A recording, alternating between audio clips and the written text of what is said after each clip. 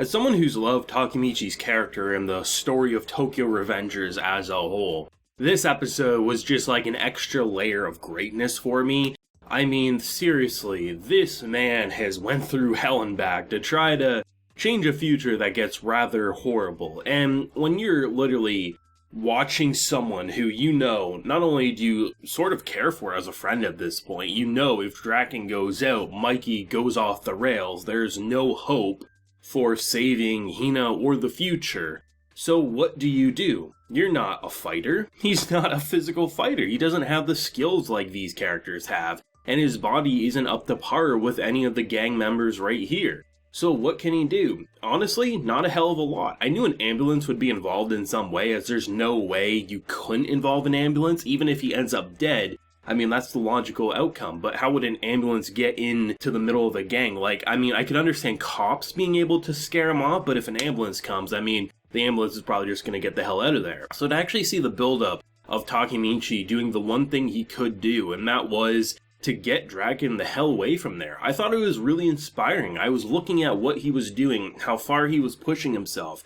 This man cannot carry him in normal circumstances. But when that adrenaline's going, when that rush is going through your body and you know this is not only life or death for him, but kind of everyone that you know, I mean, it was inspiring as hell. And then to see the scumbags come in, marching like they own the place. They're trying to swing their dicks around like they have the biggest dongs on the market, but you know, they're the smallest in the market. These guys are scumbags beyond words.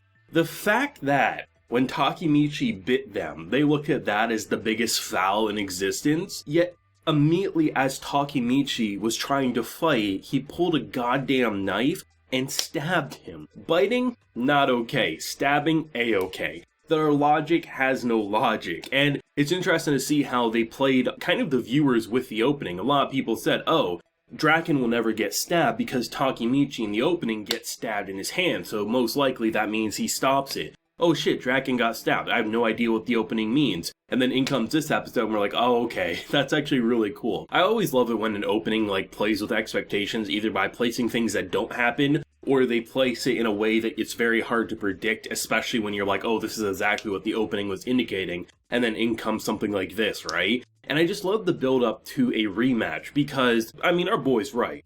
There was never official loser. Mikey and Draken came in and stopped the fight. Our boy was still alive and kicking, standing his ground.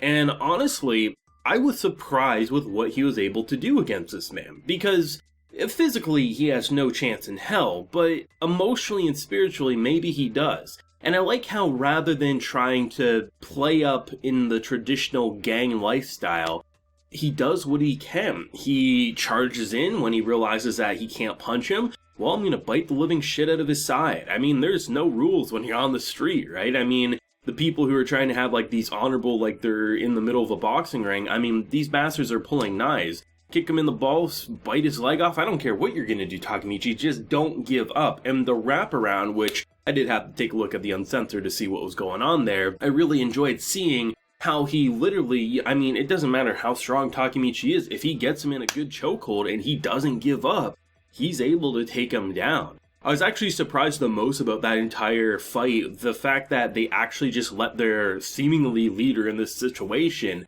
fight him one-on-one. I thought they were all just going to jump on him, but I guess maybe it's a mixture of it's free entertainment, and they truly didn't expect the big man here to go down in any way. And when it came down to like the final showdown between Draken and Takemichi, I really enjoyed that sequence because Draken's lucky, you know, he's clearly bleeding out, but it wasn't something that was immediately life-threatening. It's more of a long-term. He needs help, but as long as, you know, he doesn't really take away the pressure, he probably can stick around for the time being. When our boy is like, hey, do you ever think about, like, what heaven's like? And he just smiles and says, bro, you're gonna go to hell. I think that's one of the highlights for this show, because it just really shows you how far they've come. And even in the face of, like, knowing, Draken, if he removes his hand, he's probably gonna bleed out and die even faster. Takemichi would go over if the wind had too strong of a gust. What can you do? And then in comes the squad goals. I love this, because when you get the little, like, flashback to saying, like, hey, when they were trying to be a whole high-powered delinquents and they were going to challenge a gang. Immediately when they started, it pretty much ended. But the fact that they came in to save the day, no more knives bullshit, no more this or that, and even though they were clearly going to get their ass handed to them, they're not even close to being as strong as them. I like how they never backed down. I like how it didn't feel the same way as it did the first time. The first time, it looked like a massacre. They were getting kicked in. They just felt like it was too much. They were going to die. This episode, it basically functioned in a very similar way as the first time we got introduced to them. But instead of it feeling like fear, it felt like squad goals. It felt like we're doing this because we believe in you and we know that as long as Draken gets out of here, as long as Mikey gets out of here, we'll have our justices. Don't you worry. And to see the ambulance towards the end, or maybe it was a police car. It's hard to say, because generally ambulance and police, they come together a lot of times, at least where I live. So it's hard to say, but either way, like, they came just in time. And at this point, it seems like Draken might actually live, which after last week, I still was like very 50-50, because it's a pretty difficult to predict series, because even the things that generally play by the trends you've seen before, there's aspects like, even like I previously mentioned the opening, right? You know, you say, oh, clearly Draken will never get stabbed. The opening says otherwise, and then it twists your expectations. Even the beginning of this episode with Mikey, like, just absolutely kicking ass, and even when he did, like, get thrown off balance or someone countered him or hit him, I really appreciate the fact that you can understand why people follow his lead, because, like, realistically, anyone else, I mean, they would have been out within 10 seconds. This man's fighting dozens of people at a time. I really appreciate that, and honestly, the sky's the limit for the endgame here. And it's hard to say, because I know when the show originally was announced, it was saying, hey, there's going to be 24 episodes, but we still don't know the episode count for this season as of now. We don't know. Is the other 12 episodes going to be a split core? Is it going to come out 6 months from now? Is it going to carry on into next season? I keep asking around, and no one has answers other than, oh yeah, it's 24 episodes. But that doesn't answer the question, because we don't have an official confirmation that episode 13 will carry on immediately after episode 12. So I just want to know, is it a split core? Is it going to be a continuous run? I don't know, because the show's massively popular in Japan. It's like ridiculously well selling in the manga. I mean, I was actually surprised by how well it was selling over there. But I mean, I'm hoping it gets to continue, because I'd love to be able to continue talking about this in the next season. But either way, whenever Tokyo Revengers is in an anime season, we'll definitely be discussing it on the channel. Great stuff, Takemichi rising to the occasion. He's not a superstar. He's not this like big Hulk badass.